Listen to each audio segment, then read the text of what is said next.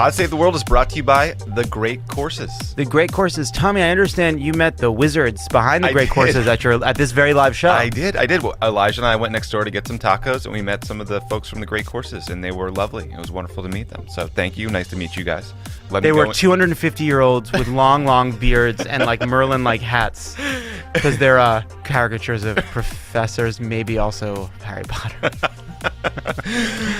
Back to the copy. War is not just about military and technology. It's about how nations are governed. It's also about lying and instilling fear in your people. The types of leaders that emerge, the clash of ideas, interests and rivalries that lead to conflict. It's about scapegoating your enemy and making them seem inhuman to the populace. The Great Courses Plus has created a brand new series with General Wesley Clark that everyone should go check out. It's called Colonials to Counterinsurgents, American Military History. It examines the United States' role in Vietnam, Korea, Cold War, and it's very relevant with all that's going on in the world.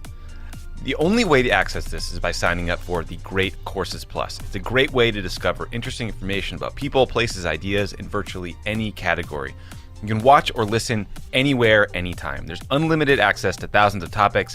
This is a cool one with General Wesley Clark about military history. A cool one I'll listen to about art history. There's a whole bunch of them about technology and painting and all sorts of interesting topics. With great insights from some of the world's leading professors and experts. Sign up for the Great Courses Plus today to learn more about anything that interests you. They're offering Pod Save the World listeners a free trial with unlimited access to all of their content for free. But you need to sign up through our special URL. Go now to thegreatcoursesplus.com/crookedworld. That's thegreatcoursesplus.com/crookedworld. Maybe there's a course on URL shortening. Love it. That we could get the, yeah, it's like physician, heal thyself with these URLs.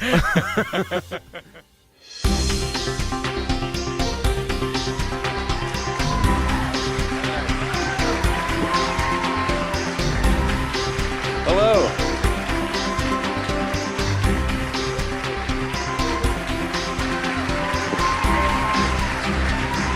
Guys, thank you very much for coming out to a conversation about foreign policy. That means a lot to me. It will never cease to amaze me. It's the very first ever live Pod Save the World.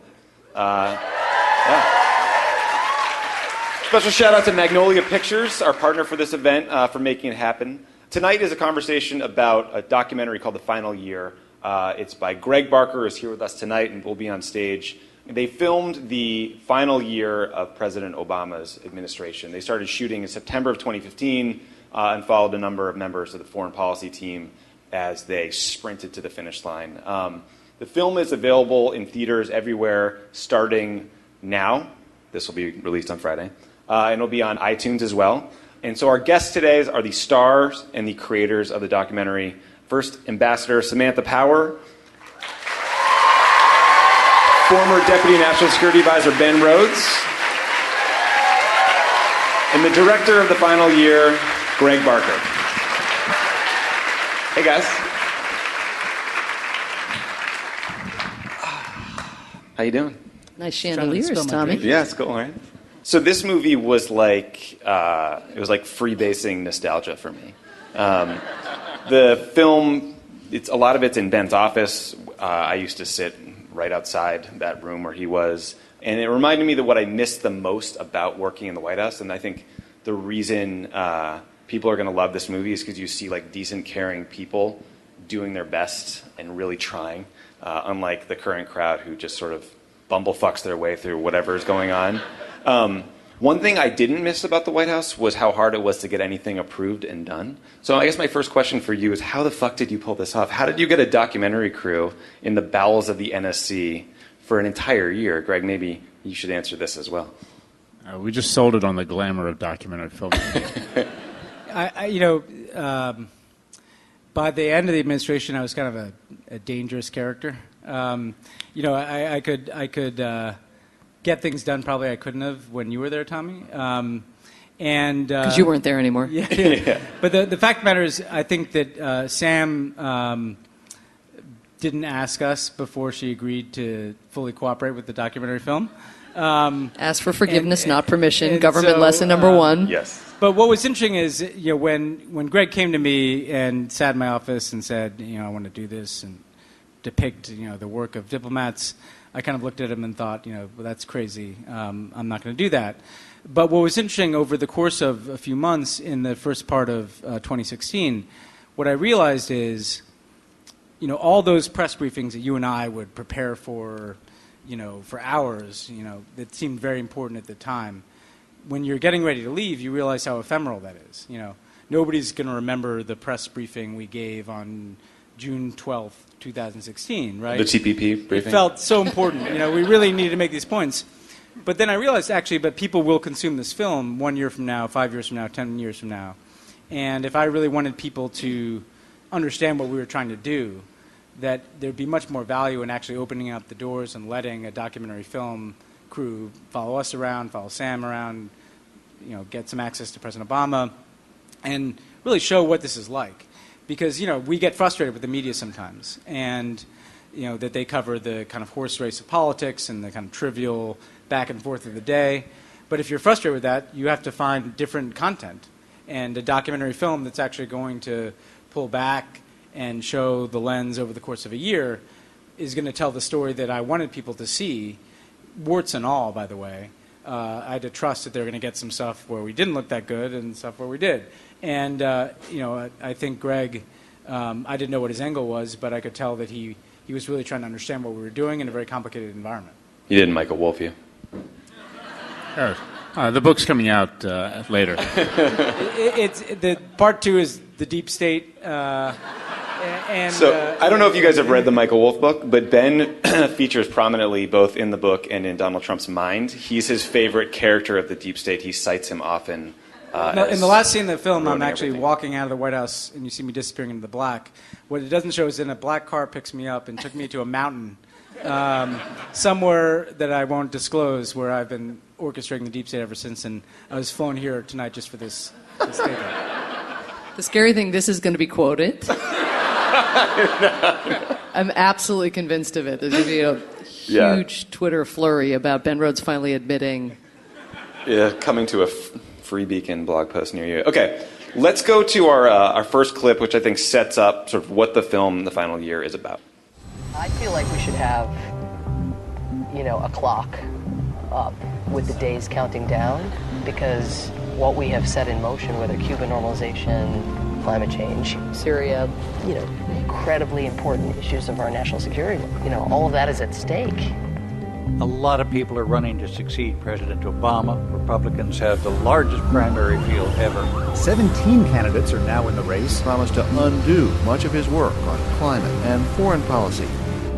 One of the things I want to do with the time remaining, is to just try to convey that this is a different way of doing foreign policy. So Samantha's first words there, we should set up a clock, counting down the days. And that's what the movie's about. It's you guys sprinting to get done as much as possible, which is kind of counterintuitive if you thought Hillary Clinton's going to win, she'll protect our legacy, she'll be continuation on foreign policy, at least of Obama's sort of third term. Where did that sense of urgency come from? Did he sit you guys down at an NSC meeting and say, here's my list, go get it done? Like, how did that come to be?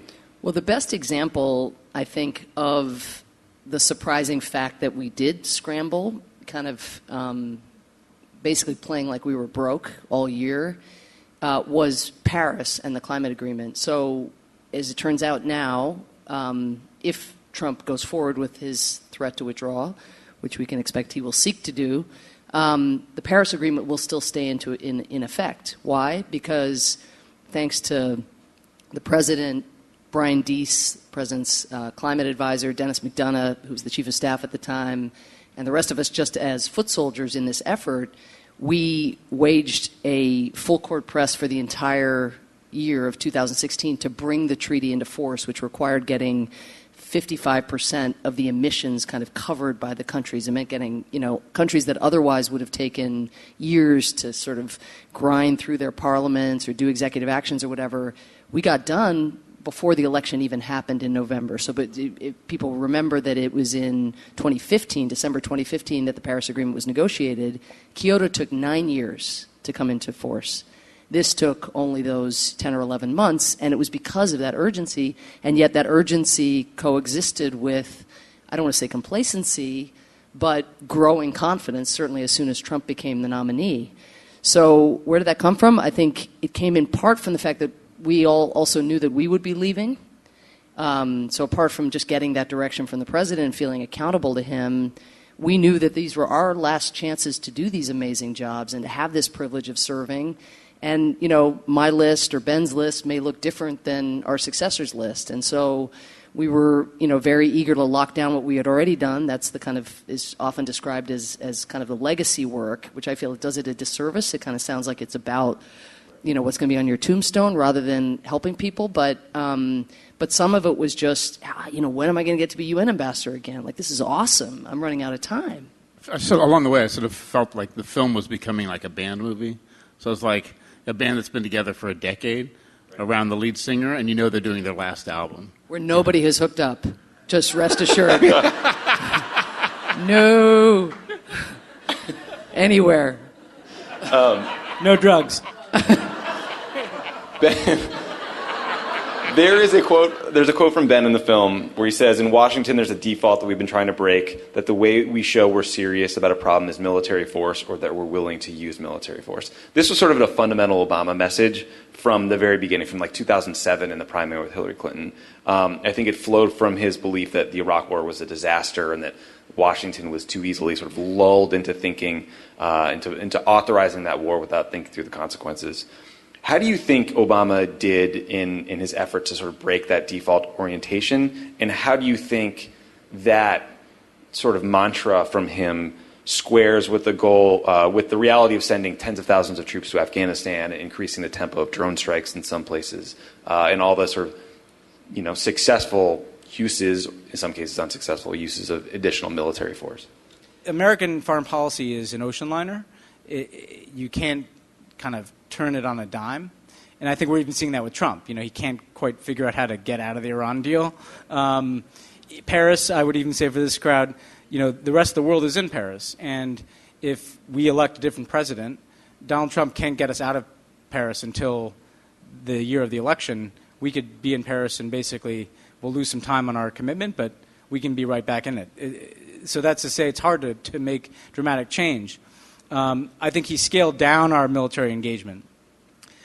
Personally, frankly, I think, we're probably in Afghanistan past when we should be. I'm probably in a minority in that view, but I see diminishing returns of what we're accomplishing there. There always is going to be a reason to stay someplace, and it's hard to leave because you own all the consequences after you leave. But the fact of the matter is we've been in war in Afghanistan for over 15 years, and we're not, we're kind of on a treadmill in terms of trying to make the place a better place. Do you think that means we should have, in 2009, instead of surging additional troops, he should have maybe surged fewer or not at all?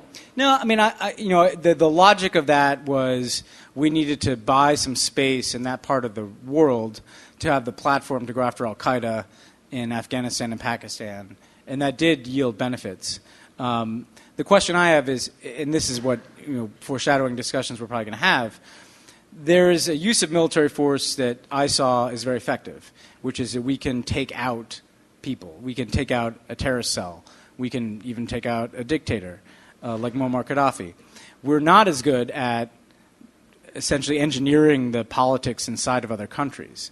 And sometimes we, I think, bite off more than we can chew in thinking that, if we just stay here for a few more years, Afghanistan is going to become, something that is resembling a functioning government and a functioning economy, when in fact our mere presence actually in some ways feeds a corrupt economy that is dependent on the war. And so I think Obama was able to dramatically reduce our commitments, our kind of post-9/11 wars. What we were not able to do, in part because of the rise of ISIL, is kind of fully bring an end to a period of post-9/11 conflict.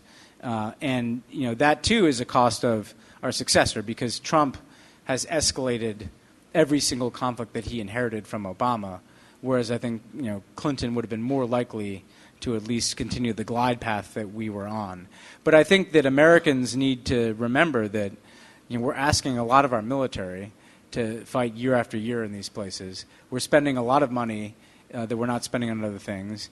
And we have to look hard at our capacity to essentially dictate events inside of other countries that are very different from here, that have their own politics, that have their own sectarian conflicts, and that's my concern that is shown in the film.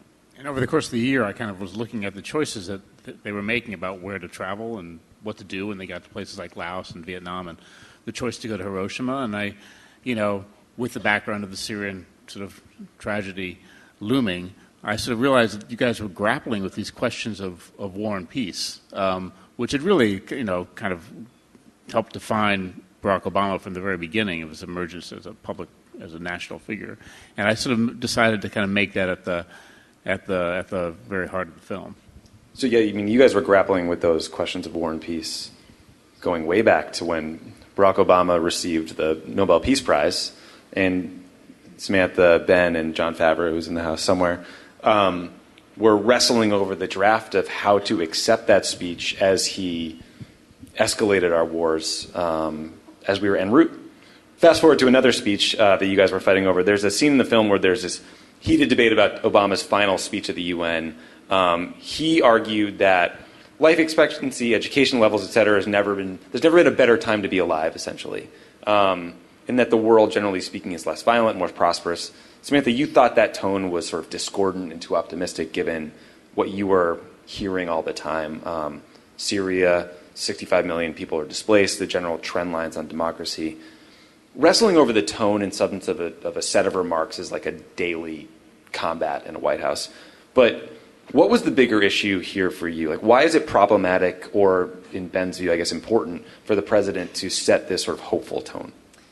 Well, it's been interesting because we've had the opportunity to screen the film in a lot of different audiences, and thus we've had the chance not only to litigate the question of that speech or those larger issues in the film, but also on, in discussions like this one. And I've learned from listening to Ben what I guess I wasn't really seeing at the time. So in the film, there's basically a back and forth between us where I'm arguing, in Ben's words, that we should be acknowledging kind of how bad the moment is. And I think in the film, I come off as more right than Ben does. He comes off as...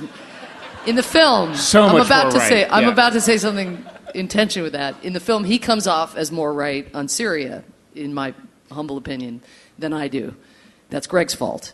But on this, no, seriously, I think it just, because Trump wins and because Putin's everywhere and doing everything terrible all over the place, this idea of saying there's never been a better time to be alive looks discordant, I think, in the film as it's projected. But I think what I've learned from Ben and listening to him is that, part of what Obama is doing in that speech is contesting the Trump carnage perspective that is out there. And so, in a way, I wasn't meaning to associate myself with carnage as I'm arguing, again, I think for that room and at that moment, maybe appropriately, that we try to meet people where they are. Like, we grappled with this throughout is, people, as we've learned, people are afraid during Ebola, which Obama, managed to handle despite the fact that most people, majority of polls at least, wanted us to stay away from that. And Obama said, no, if we're going to deal with it and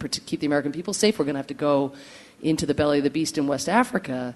People were really, really afraid. And Obama found a way, and Ben and you and everybody found a way to speak to people and somehow just barely basically get by on that, sell the policy. Now, had we had more infections and more people die in this country than just a single patient, I'm not sure that could have been sustained.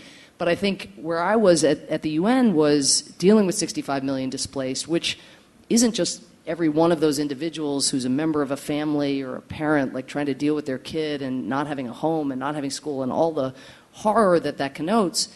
But it became emblematic of like a world on fire, and institutions like the UN, the one I was working at, and the US government, the one I was working in, incapable of kind of keeping up. And so all I think our back and forth really was about was me sort of pleading that we meet people where they are, namely afraid that ISIS is going to blow up their airplane, feeling like the system, the kind of world is going around on its axis faster than we're able to keep up, and then meet them where they are, and then try to transcend that and persuade them. But I think cracking the code on how you meet people where they are and not cause them to wallow in where they are or get pulled down into this darker ether that Trump wants us to be in. I think that's a genuine challenge.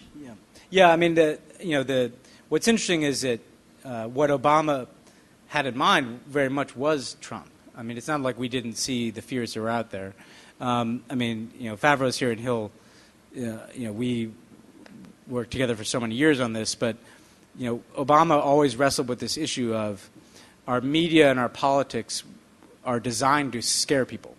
And Obama always tried to lift people out of that.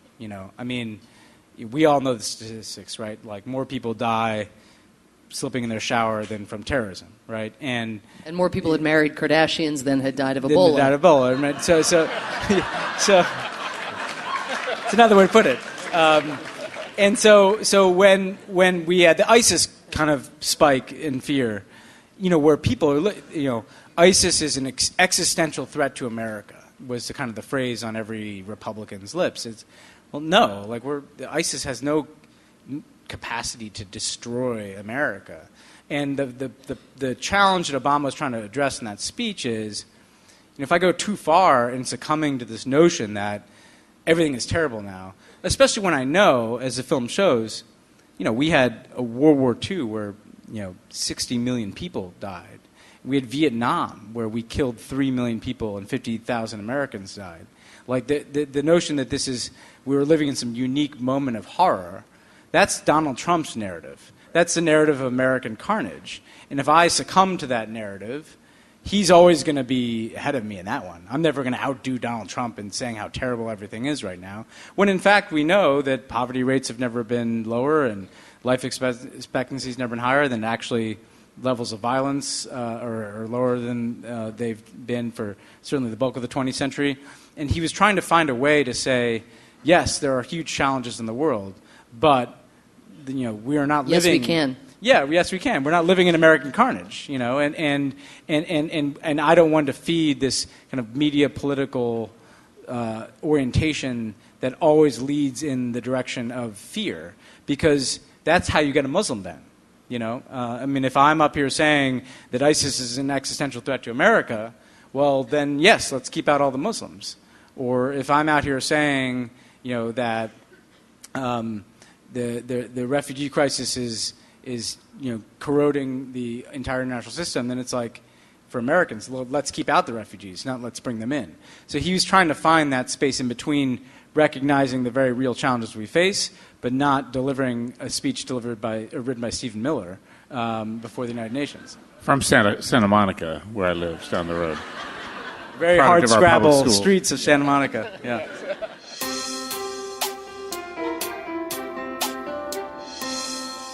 Pod Save the World is brought to you by Indochino. Talk about your personal experience with Indochino. Lovett, you look fantastic. I did at look Jon really good. Favreau's wedding I in did. your Indochino suit. And I've lost weight since then, and I still look good back then. Yeah. Have you dry cleaned that suit since you wore it?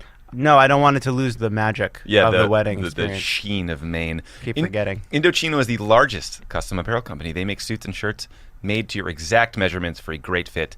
Guys love the wide selection of high-quality fabrics and the option to personalize all the details. It's cool. You can personalize it. It is fun. The lapel, the jacket lining, the monogram, so much more. You can get yourself an old-fashioned peak lapel. Get yourself a more modern, narrow notch lapel. That's right. You can even, I believe, get a shawl collar. I hope. I don't know Maybe. what that is. Of course you don't. Keep going. Is that from The Handmaid's Tale? Here's how No, it works. it is not. Don't you dare. Pick your fabric. Don't know what a shawl collar is. Do you guys realize what I have the tyranny of Like, could you imagine? I bet John doesn't know what a shawl collar. Elijah, do you know what a shawl collar is? Never heard of it. Rich, do you know? Oh my God. Is it a striped blue shirt? Because that's all I buy. Just finish the ad. Finish the ad. Here's how it works. You pick your fabric. You choose your customizations. You submit your measurements. You place your order. Straights. And you wait for it to arrive in 3 weeks or less. You can shop online at Indochino.com or visit any of their showrooms across I wish Ira North was here. America. This week, my listeners can get any premium Indochino suit for just $359 at Indochino.com when entering Crooked World at checkout. That's over 50% off the regular price for premium made-to-measure suits, plus shipping is free. Go to Indochino.com, promo code Crooked World for any premium suit at just $359 plus free shipping. That is an incredible deal for a perfectly tailored suit. Pod Save the World is also brought to you by Harry's. Harry's. What do you love the most about shaving with Harry's? Be specific with your endorsement. What do you love the most about it, Well, Tommy? I brought exclusively Harry's razors on our European adventure. You did? I thought I had a close shave. I felt like the glide was comfortable, even despite glide. being many time zones away. It still works in Europe. They were high quality. You don't need one of those adapters. They were high quality blades. People always say to me, Tommy, why Harry's? Like, what's your obsession with Harry's? Because it's all about a great shave at a fair price. That's what. That's what. Which is why over 3 million guys have switched to Harry's. 3 million? Wow. You know why? Because Jeff and Andy are just two ordinary guys. They're fed up with getting charged an arm and a leg for razor blades. So they're like, let's start Harry's. Let's fix shaving. Let's disrupt shaving. Let's hack shaving. That's what they said, because that's how they talk. They stripped out the unnecessary features, vibrating handles, heating blades, 15,000 blades and lubricating strips, and the unnecessary costs to deliver customers one perfect razor at an amazing price. A good shave comes down to good blades, guys, because Harry's owns the factory. They're able to deliver amazing quality blades for just $2 a blade compared to the $4 or more you'll pay at the drugstore. And That's outrageous. No, and the blades aren't locked away with the Tide Pods or whatever else the kids are doing these days. They come right to you. Oh, I don't want to talk about that. All the products are backed by a 100% quality guarantee, and they are so confident that you're going to love their blades that they'll give you their trial shave set for free when you sign up at harrys.com/crookedworld. You just pay for shipping. To claim your free trial offer from Harry's today, a $13 value for free when you sign up, go to harrys.com/crookedworld. That free trial includes a weighted ergonomic razor handle, 5 precision engineered blades with a lubricating strip and a trimmer blade, rich lathering shave gel, a travel blade cover that is very useful for your DOP kit. To get your free trial, go to harrys.com/crookedworld right now. That's harrys.com/crookedworld. So one of the most emotional issues, I think, in the film is Syria. I think Obama would say unequivocally that it was the most difficult and frustrating and the worst outcome of any challenge we dealt with. I'm sure you guys would agree. There was considerable disagreement with Obama and his team, among members of Obama's team. So this clip is about sort of that conflict. There's no issue that we've worked on where there was such a divergence among people who on some issues might be aligned, but on this just saw it very differently. Samantha and I, we have split in some important ways. You know, she sustains that kind of original idealism around our ability to save lives and make things better. I sit close to the president, and when you're president, you know, he has to think about what is Congress going to do about this? How is this going to be received by the American people? How am I going to measure this against every other priority I have in the world? Certainly what's happening in Syria is beyond frustrating. It's haunting. There's no issue where my thoughts and my feelings and my ideas have made such a marginal impact on desperate people. The regime of Bashar al-Assad, Russia, Iran, and their affiliated militia are the ones responsible for what the UN called a complete meltdown of humanity. Of course, I asked myself, had I made an argument differently, I think we could have tried other things, but there's a whole drama there. So there's a whole drama there. So were there specific moments or arguments that you lost that you think, looking back, like that could have been an inflection point that changed the outcomes on the ground? Because I think that's like, if we're going to learn from this, I'm less interested in sort of who was where, when on issues, but like, did we fuck stuff up that we should have gotten right? Well, this is something I think we're all going to be grappling with for a long time, and the first thing I think anyone has to say is we have no idea, right? What would have worked, what wouldn't have. I mean, this is the problem with the counterfactual. One of the things that defines this exchange when someone says, well, what is your biggest regret? Okay, my biggest regret, of course, is Syria because of how it turned out. It isn't just that half the population is displaced, that kids have been gassed, that a whole generation is out of school. It's also that we had mass population movements into Europe that may have been the contributing factor to Brexit. And would we even have Trump if not for that sense of that chaos and that world spinning too fast?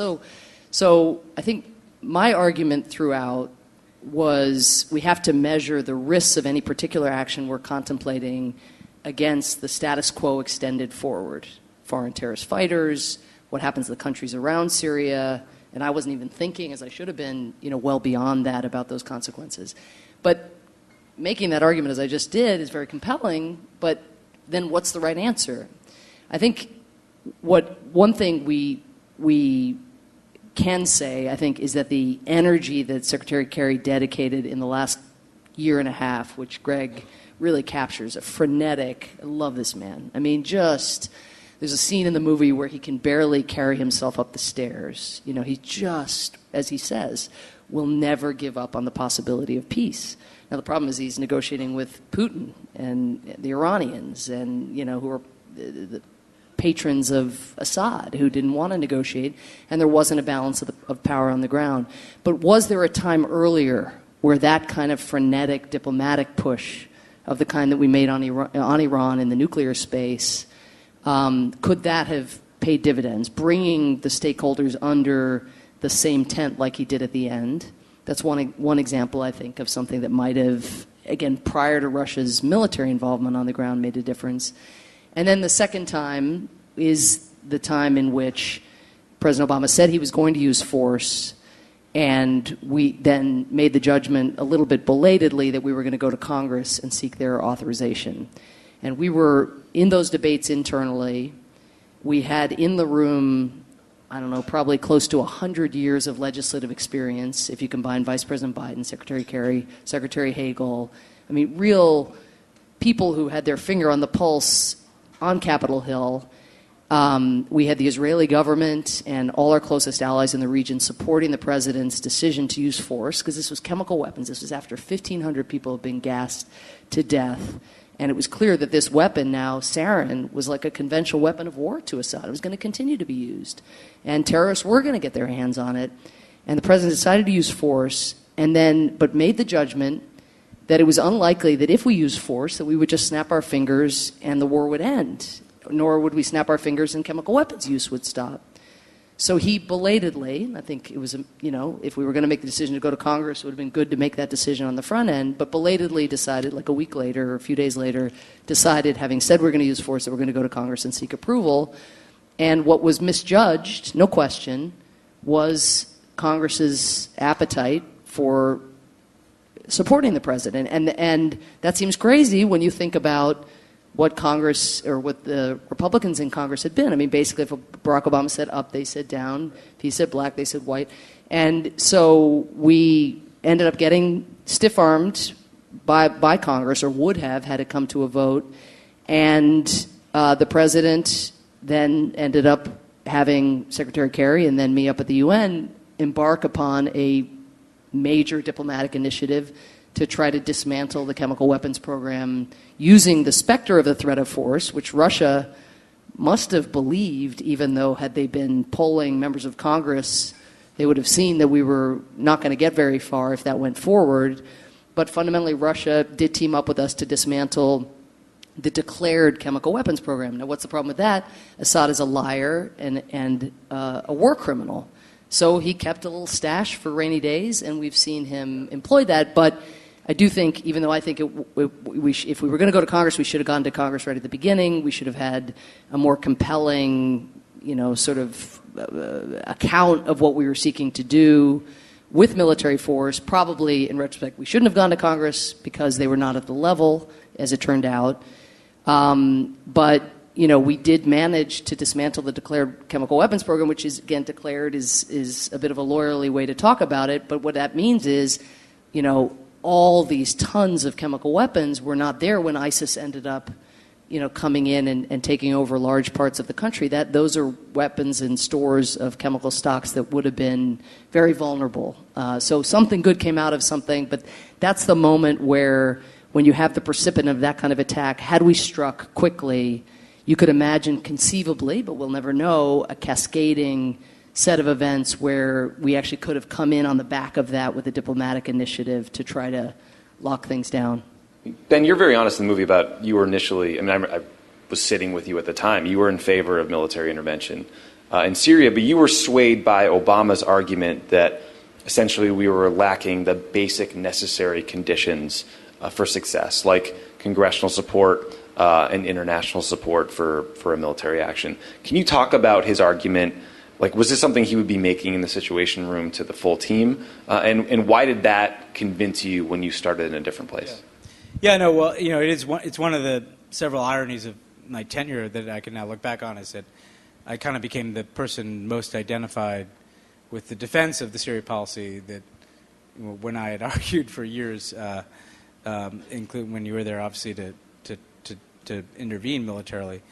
But I don't mind that, and in the film embrace that role, because I feel like what Obama did in 2012 and 2013 is test the proposition of whether or not there is an option that is available to him that could succeed, or that could make a positive difference.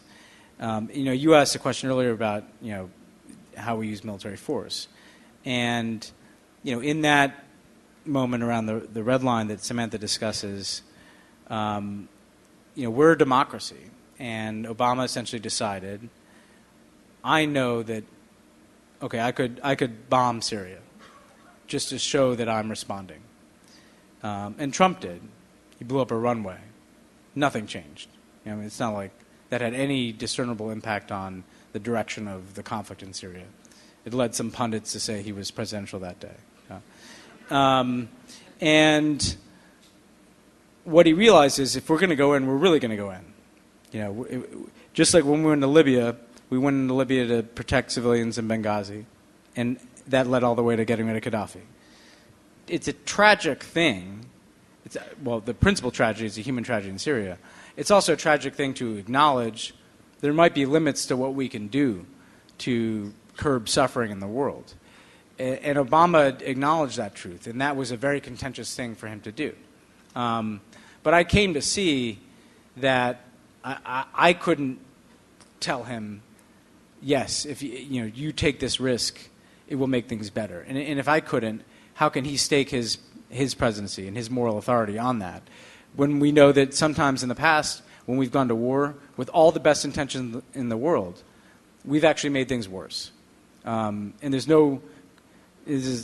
I don't say I have the right answer. It is counterfactual, but there's no way of knowing that if we were in there, there wouldn't be just as many refugees and just Americans fighting in Syria. And that was the push and pull of the human tragedy and the dissatisfaction with the outcome, which is clearly terrible, and the sense of, but nobody has the option to make this better. And I do want to echo one thing Samantha said earlier, because it's a really important point. Only one. No. More than one. But I'm just going to focus on one. This whole debate, and you lived some of this before you left, should Obama have bombed Syria in 12 or 13, or should he have armed the rebels? Nobody even really defines who the rebels are that we should have armed. Nobody says, in 2011, what was your guys' diplomatic strategy? If John, and she said it very well, if John Kerry was working as frenetically in 2011 as in 2016, did we miss some, did we get it wrong on the front end of the conflict before things went off the rails, and before the Russians were pouring in arms, and before ISIL was pouring into the country, and before Al-Qaeda was hooking up with Nusra?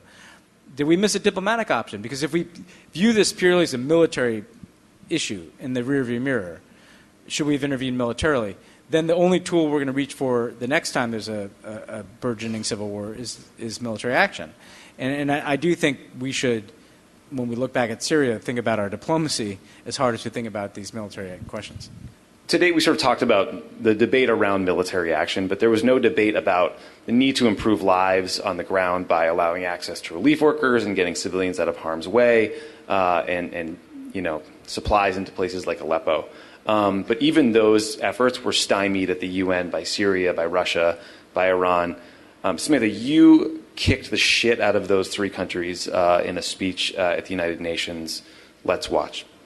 Are you truly incapable of shame? Is there literally nothing that can shame you? Is there no act of barbarism against civilians, no execution of a child that gets under your skin, that just creeps you out a little bit? Is there nothing you will not lie about or justify?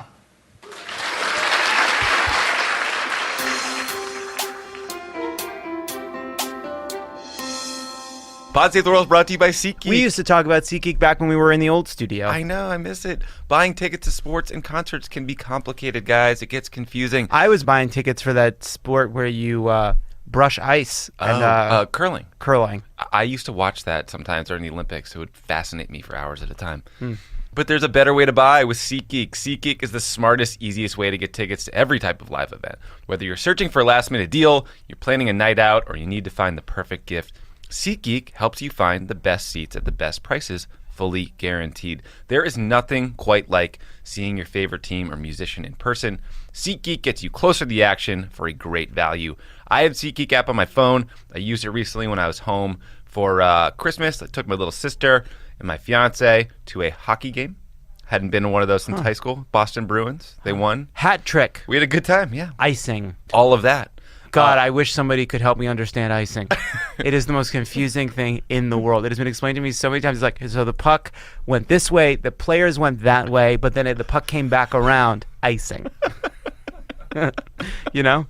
Oh, you can't. That's icing. There's an odd number of hockey men on the field. Well, you can't ice on fourth down is the thing you just have to remember. SeatGeek is designed to make your ticket buying experience easier than ever. SeatGeek saves you time and money by searching multiple ticket sites to compare prices and find amazing deals.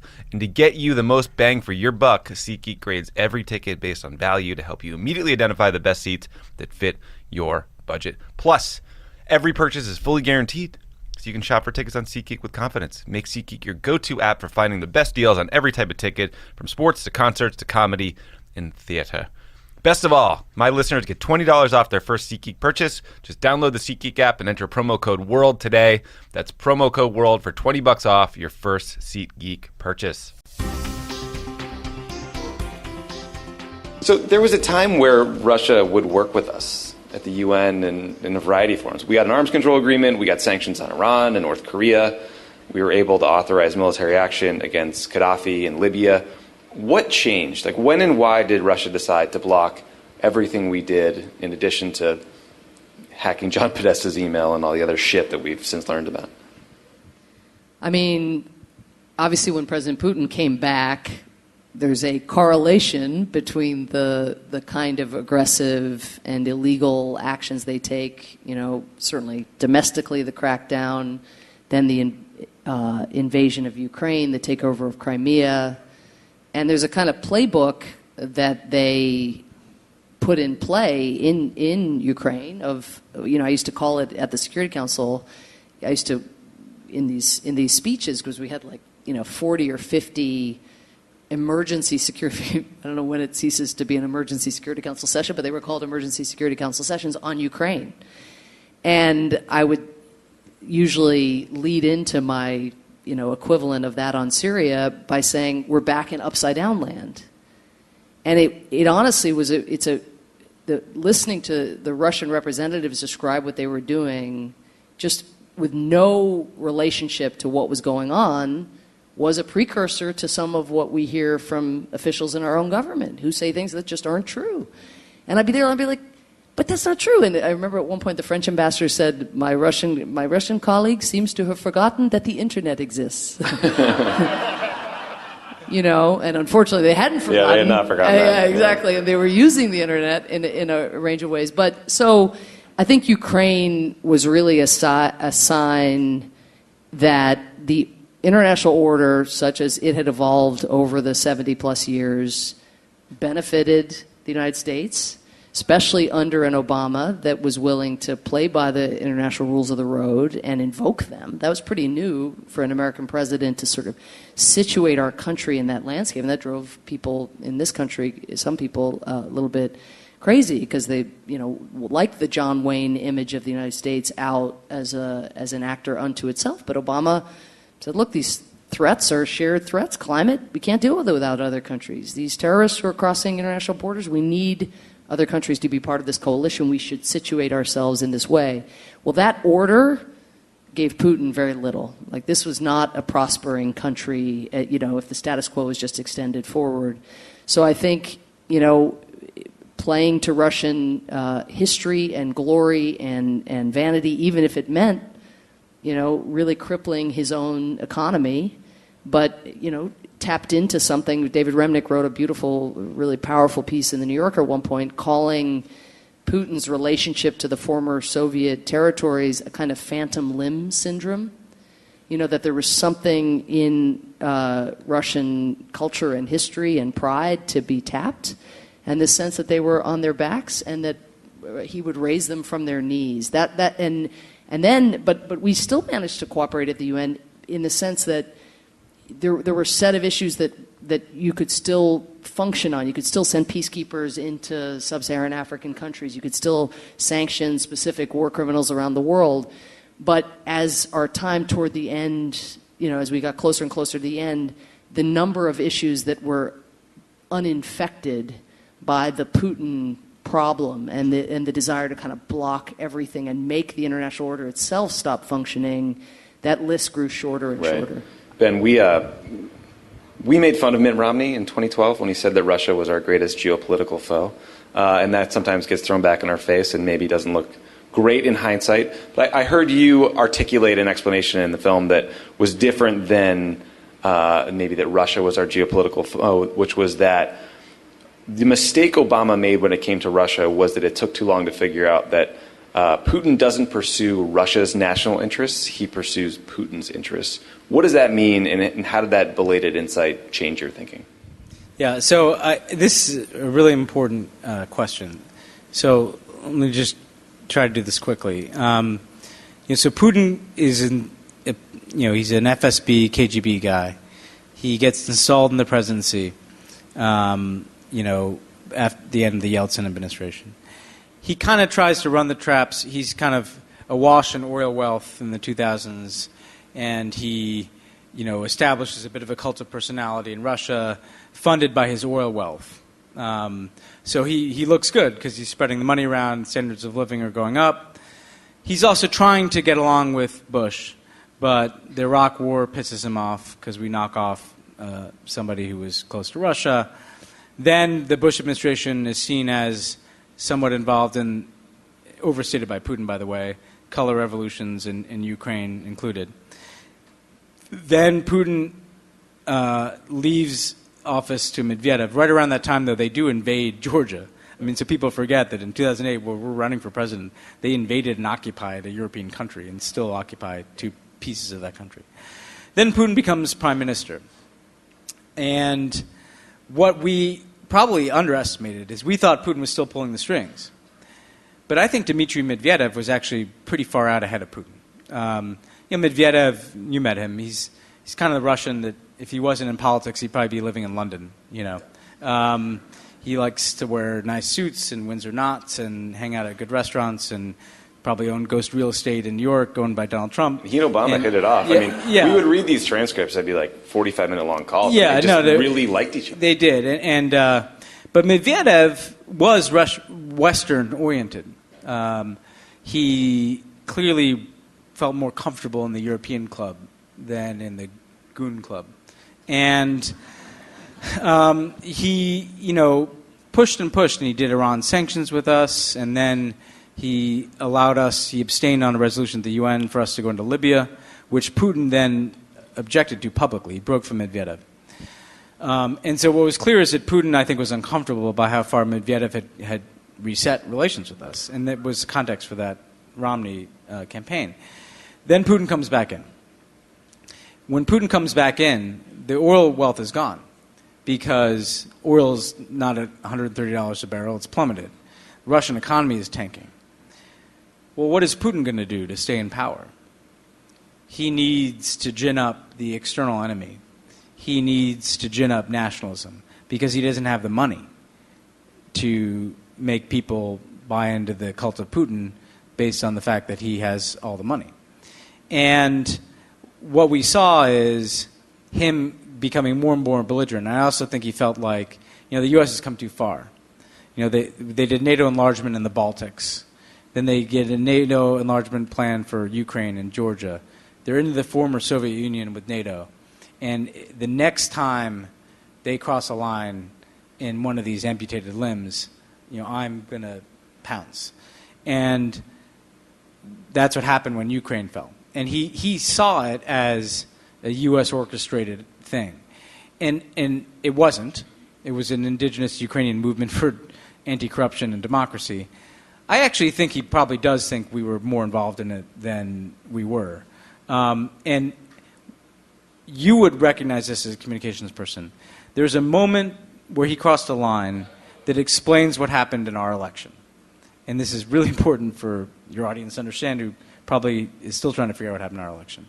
I remember sitting at my desk and seeing a news report that somebody had released a transcript of a phone call from a U.S. diplomat. A woman named Tori Nuland, who was Assistant Secretary of State for Europe, was on a cell phone pacing in Kiev talking to our ambassador at the height of the Maidan protest about who should be the next prime minister. Not just a transcript, a tape. A tape. Who should be the next prime minister of Ukraine? And she said, Yats would be good. Yatsenyuk, who became the next prime minister of Ukraine. And then, said something about, the ambassador said something about the EU negotiating, and she said, fuck the EU, right? Perfect Russian propaganda, because it showed the U.S. picking the next leader of Ukraine and divisions in the U.S. and Europe. Now, the fact that they released this tape was crossing a major Rubicon, because the unspoken agreement is everybody hacks everybody else. Some people ask me, like, well, when did you learn of Russian hacking? 2009. Right. For security briefing. China, Russia, some other countries, including some of our friends, we all hack each other. We just don't release the stuff, And that was Putin saying, I'm crossing the line. I don't give a shit, I'm willing to break every norm, just like I'm willing to violate every norm in Syria and lie about it, just like I'm willing to violate every norm in annexing Crimea. I'm willing to hack your stuff and release it for my own political benefit. And that was the Rubicon in Ukraine. Then what I saw is them create a capacity where when MH17, the plane that was flying over Ukraine, got shot down, there were thousands of Russian bots creating fake news stories that were flooding European internet platforms saying that the Ukrainians shot it down. When we found out, well, no, actually it was Russians, or at least Russian-backed separatists. And they created this capability to manufacture disinformation and flood platforms with it. And that's when Putin, figured out that the West has no antibodies to that, because we're open democracies. We can't take things off of the internet. We can't say to Facebook, here's 1,000 Russian bots, don't let them recirculate fake news stories about Hillary Clinton's health. And so he found the soft underbelly of the West to attack, which is, I can create information and funnel it into your system and sow division and chaos to suit my purposes. But the point I was making in the film about Putin is a man without oil wealth, a man without oil at $130 a barrel, a man with a shrinking economy, needs to manufacture whatever nationalist narrative he can. And because we'd had such a good working relationship with Medvedev, and because we presumed that Putin was supportive of that working relationship, it took until Ukraine to figure that out. Now, the fact is, after Ukraine, we figured it out, and we put massive sectoral sanctions on Putin and in ways that Trump is not going to do. But that was that was the gap I was talking about. I don't think Russia is going to lift the sanctions again anytime soon, Ben. Yeah, no, I don't either. Well, thank you, God. Thank God President Trump created the fake news awards to help us sort of sort through all this bullshit that Putin is spewing on our system. So until this point in the film, you guys are just plugging away on your day jobs, doing the most difficult foreign policy challenges on the ground in the world, and laboring under the assumption that Hillary Clinton will be the next president. And then the election happened. Samantha, you threw a big election night party. How did it feel that night to be surrounded by representatives of 37 foreign countries? Did you have a flood of UN representatives and ambassadors calling you saying what the fuck? How do we make sense of this? Well, I think they were, the women there, because it was really mainly women, and my husband and father, but they were reading the same polls we were. Putin was reading the same polls we were. Trump was reading the same polls we were. I mean, there weren't, I mean, the most radical thing you could do is be Nate Silver and just say it was 65-35, right? That was heretical. So just to situate us in the mindset that we had, which is, I think, captured quite well in the film, as we're, I guess you could say, in denial, or we just didn't, these late-breaking factors we didn't take into account. But for audiences who watch the film, the scenes are for not all audiences, I'm sure, but quite painful, because I think people go back to their own election night experience, and the arc that I'm presuming anybody coming to hear Pod Save the World, the arc that somebody that night experienced was very much like that which we experienced. And there's a scene after things have turned, and you had the women ambassadors coming up to me throughout just saying, I mean, very sweet, like the Vietnamese ambassador just saying, when will it be over? What time will it be over? As if there's a set time, like, I mean, we'd all lived through prior elections, that went to the next day. And then others just assuming that something was going to change. Like, it's such a weird system in a way. If you're foreign and you're trying to understand the Electoral College, that in itself is requires ample preparation. But there was a moment, where you could just feel the air kind of exit the room. And, like anything, it's children who keep you honest. And so my kids were there, my then 7-year-old, and he just kept coming up and saying, when is she going to get to 270? He had in his mind, he's a big sports fan, my little boy, and he just, when are we in the ninth inning? When is she going to hit that threshold? And at a certain point, I just had to say, it's not clear that that's going to happen tonight. And he's like, Trump? That's not in the film. But the woman who is in the film, who helped me do my job over the 8 years, who's been nanny to our children and enabled me to live this crazy national security life, had been, that year in 2016, had been naturalized as an American. She'd come from Mexico. Maria Castro is her name. She's the person without whom I wouldn't be able to do anything, even to this day. And Declan, of course, very close to Maria, and Maria's from Mexico. And so for him, Trump meant Maria, something's going to happen to Maria, and he just started bawling, and just the thought that it could be Trump, because, I mean, in a way, he was, through his parents, watching the same polls too. And so there's the dawning of things have gone a different way. And then there's the dawning, and Ben captures this really well in one of his comments in the film, of what it's going to mean for individuals. And my son had that reaction right on the spot before it had even been called. And then I stayed with Gloria Steinem. She stayed till the bitter end. Like, she would not leave until it was called. And so there we were, all the women ambassadors from around the world having left, kind of hoping they'd wake up in the morning and hear something else. And Gloria and I sitting on my couch, till whatever it was, 2 a.m, sort of still hoping that something would come out of left field. It's still awful to watch those clips. Let's play that clip of Ben talking about what it means in personal terms, but also in terms of the Obama legacy. You think about the people around the country who are afraid. My assistant who works for me is a Muslim who wears a hijab, and she was crying for days. That's what's immediately on your mind. And then you're thinking about things that we worked on, Cuba, Iran, climate. What is going to happen to those things? and I cannot stress to you enough, there's no backstop here. I mean, I think people assume, well, there's some grown-up somewhere, right, who will make sure he doesn't, screw up too bad or something. There's not. There's no, this is it. Like, you're in the office. You decide whether to take a strike that kills somebody. You decide whether to start a war.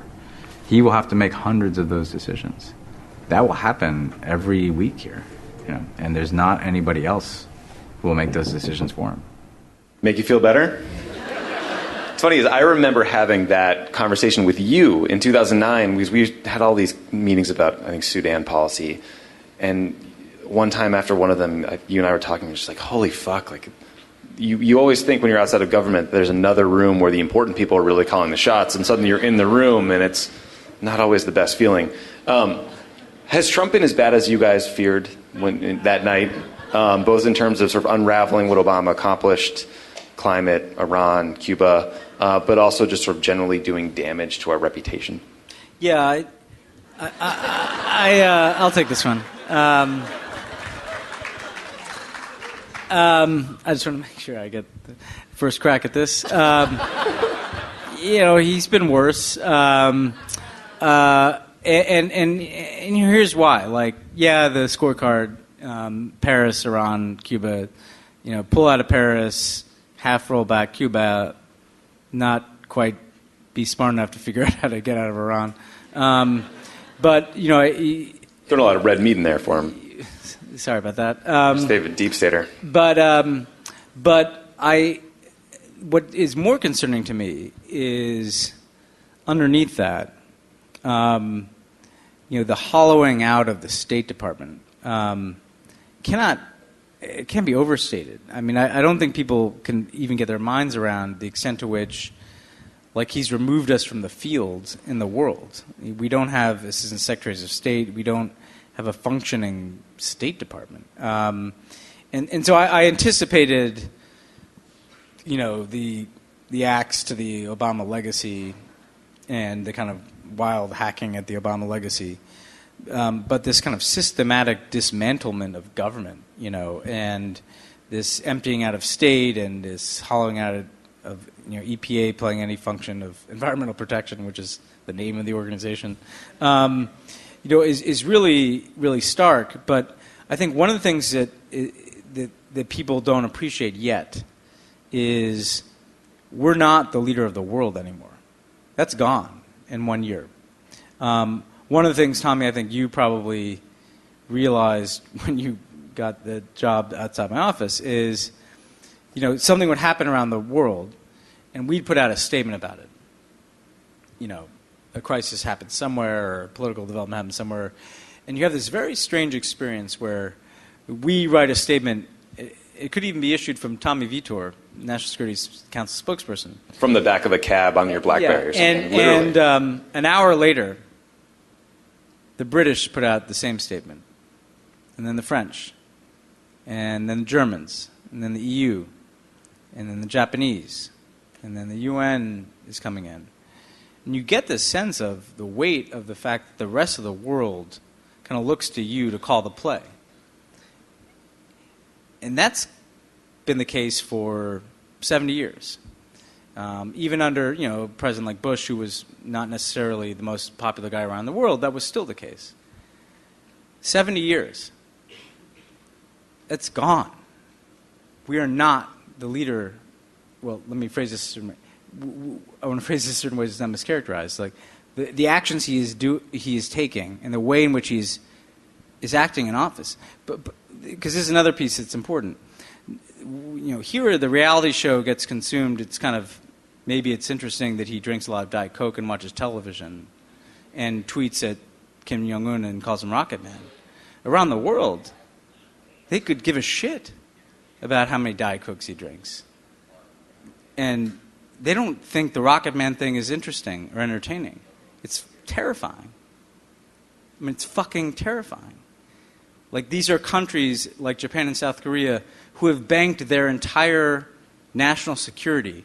And when I say national security, I don't mean like a policy thing on the shelf. I mean the existence of their nations on the United States being a rational actor. And he's given that away in a year. And it's not a reality show. It's not like a story in the New York Times about how Jared doesn't get along with Steve and Donald drinks 7 Diet Cokes and he had 2 TVs installed. And that's not the story. The story is that he has debased the office of the President of the United States in the eyes of the world. He's taken us off the field in the world. We are no longer respected around the world. Our allies don't look to us to run the play. They have to run their own play without us to mitigate the damage that we are causing. That's what's happening around the world. And I don't think we've fully absorbed that. I think we're incapable in some ways of fully absorbing it, in part because there's a completely complicit governing party in Congress, in part because it's a hard story to tell, in part because we don't want to hear it. And the last thing I'd say is it's tempting to think, and this is how I kind of make myself feel better, that the pendulum will swing back. There'll be a correction. But the rest of the world is looking at this and thinking, not just like, who's Donald Trump? They're thinking, who is this country that elected Donald Trump? And can we trust these people? Because we've basically trusted these people to run the world for 70 years and to have troops in all these other countries and to tell us what to do and to run all these international institutions. And we elected Donald Trump. And this is why it's not important just that he loses. The scale of the defeat is really important. Because, I'm serious, if the Democrats pick up 26 seats and eke out a House victory and then somebody wins with an electoral college, they get the Wisconsin-Pennsylvania thing right, that's one thing. If there is a rebuke from this country of Donald Trump, of a wholesale rebuke, I mean a dramatic take of the House, a take back of the Senate, and then a landslide defeat for Donald Trump, then and only then will the rest of the world say, okay, this is the America that we thought we knew. Right. I agree with that. Yeah. Having just gotten back from being in Europe, I heartily agree with your assessment. And, as a country, we don't always take criticism from other countries well. We end up renaming French fries or some other stupid shit rather than listening. Samantha, has this been as bad as you thought maybe that night or the day shortly after? No, I agree with everything Ben said. Just way, way, way, way worse than we anticipated. And for me, it's that the systemic cruelty and coldness, the way in which there's also no definable ideology or algorithm other than what did Barack Obama want or do, and how do we do the opposite of that? I think a friend of ours tweeted, if Barack Obama had discovered the cure for cancer, Donald Trump would be bringing it back, right? That there's, and it's an obsession, so there's that. But I think, I couldn't agree more wholeheartely with Ben's point about how fulsome the rebuke needs to be. I don't want to wait, though. I think we can't wait till our elections to define who we are. And I do think it's incumbent on all of us to take what has happened in our country already and do our best with what we have. The executive branch has a huge amount of power, but fundamentally, America is more than the sum of the decisions or tweets that our president does. We are also our courts, who have refused to allow him to expel transgender people from our military. We are the 25,000 women who are now running for office, shattering the record set according to Emily's List. Emily's List has been around now for 32, 33 years. The prior record for a single year of women who'd engaged Emily's List to get involved was 962. And now it's in a single year, 25,000. That gives you a sense of the Trump effect, I'll say. But when our checks and balances are pressed, that have managed to get rid of cabinet secretaries in this, even though the party, the GOP, seems disinclined to scrutinize nominees in any way, or appointees, no matter what they do. But, this is part of the story we will tell. So one part of the story needs to be, look, at our earliest occasions, we rejected everything he stood for. Districts that went for Trump by 20 points, even state Senate districts are now swinging, 35 points. So it's a 15-point edge yesterday, I think, or Tuesday in Wisconsin in a state Senate race. The more of these data points we have, extremely important. But we also have to show that there's continuity of the kind that Ben referenced earlier in our institutions, and that, in a period even that extends as long as 4 years, that there are other entities that are defining American decision-making. Let's take some questions from you guys. You've listened to me ask questions for 90 minutes. The mic's down there. If you have something you want to ask, feel free to line up. Come on down. Hi. I just want to say thank you for your public service that you've done for this country.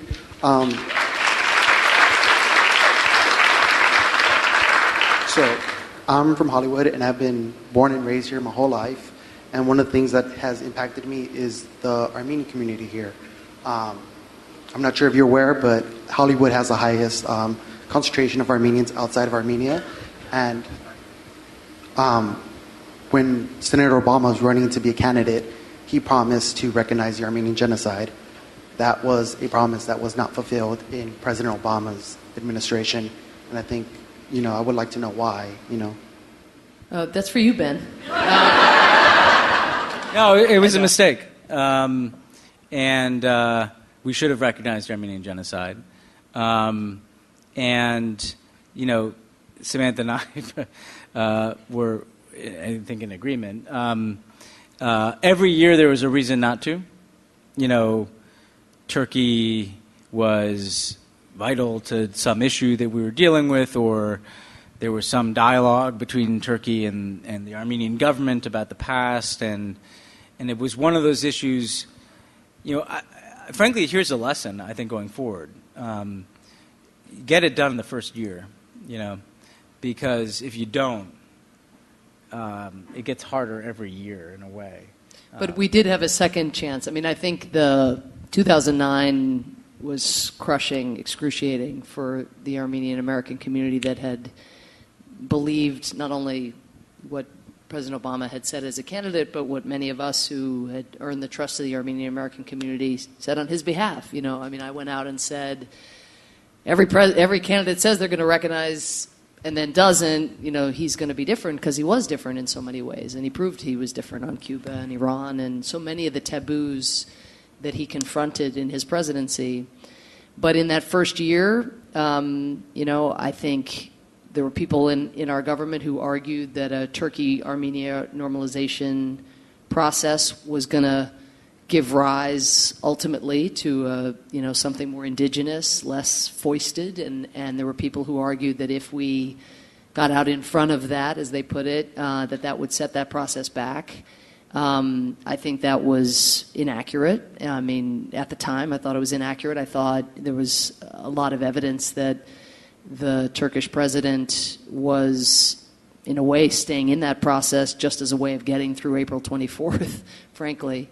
And I think history proved that true, that in a sense, he was alert to our calendar and our politics, and also alert to something that I really admire in President Obama.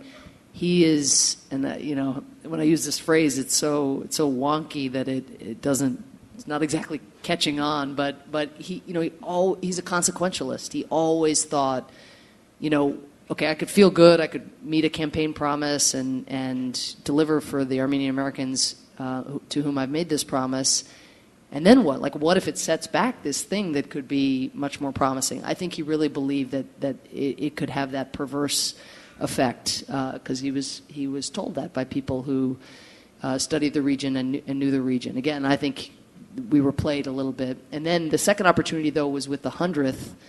And I think that's, Ben's right, that it would have been easier to do it in 2009 on the heels of the campaign. But the 100th was also a very useful time, because you had Pope Francis coming out and saying it. You had the European Union. You had the German Parliament. I think you had a number of countries pulling the Band-Aid off. And Ben had this great line, which I think the communications team live by, Tommy, you'll tell me, but which I now use in my marriage, which is get where you're going to get. Like sometimes you agonize and you end up, you just contort and you know where you're going to get. You're going to get there. Like, it's just like Cuba. The embargo in Cuba is going to be lifted. Just get where you're going to get already. And on this, we can't, imagine a future where American diplomats are just called upon to distort history and to contort. And, if you've ever seen someone testify before Congress, ask this question, there's mass atrocities and horrible history and all these euphemisms, and it's un-American. Just tell the truth. It's safer in the long run, and frankly, even leaders like Erdogan, who have grown even more erratic and wild with time, fundamentally, if we actually had a consistent record of telling the truth, they'd get used to that. And if we just said what we knew to be factually true, that would be only to the good. But I'm sorry that we disappointed so many Armenian Americans.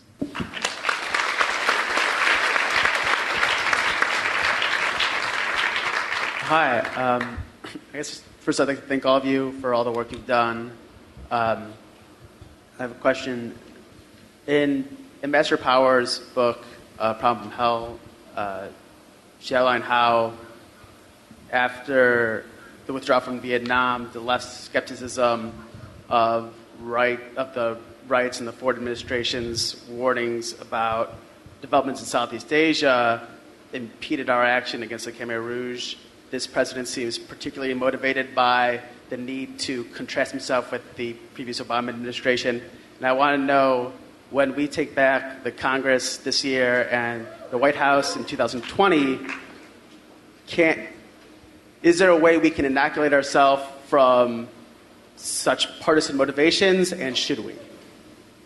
So I think it's a good question. And the fact of the matter is, and I was talking about this with Favreau earlier today, but Trump is so unusual that in a way it opens up a space on foreign policy and national security that is kind of, post-partisan, to use a 2008 Obama word. But basically, I think there can be a sense of a renewal of the things that we all care about, like we value alliances and we want to promote democracy and human rights, and we want to re-engage the world, and we want to reinvigorate diplomacy. You could see an incoming president really kind of rally the country, the Congress, the government around just a complete reset of let's be who we are in the world again, and let's re-engage the world again. Let's be America again around the world in a way that doesn't have to be, contemptuous of Trump, but can be more about celebrating, who we are. I mean, one of the things that I've reflected a lot about is I got into this, and Greg, his first interview with me, I got into this whole thing because of 9/11. I was 24 years old, and I was, as the Republicans like to point out a lot about me, trying to write fiction, and suddenly that seemed absurd compared to the scale of this event that I witnessed with my own eyes because I was a New Yorker. And there was a sense in the days after that of we're all in this. Let's deal with this together.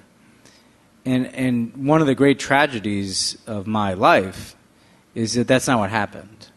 We had a party run in 2002 using that as a wedge against the other party, and we had a war in Iraq that is a just complete catastrophe that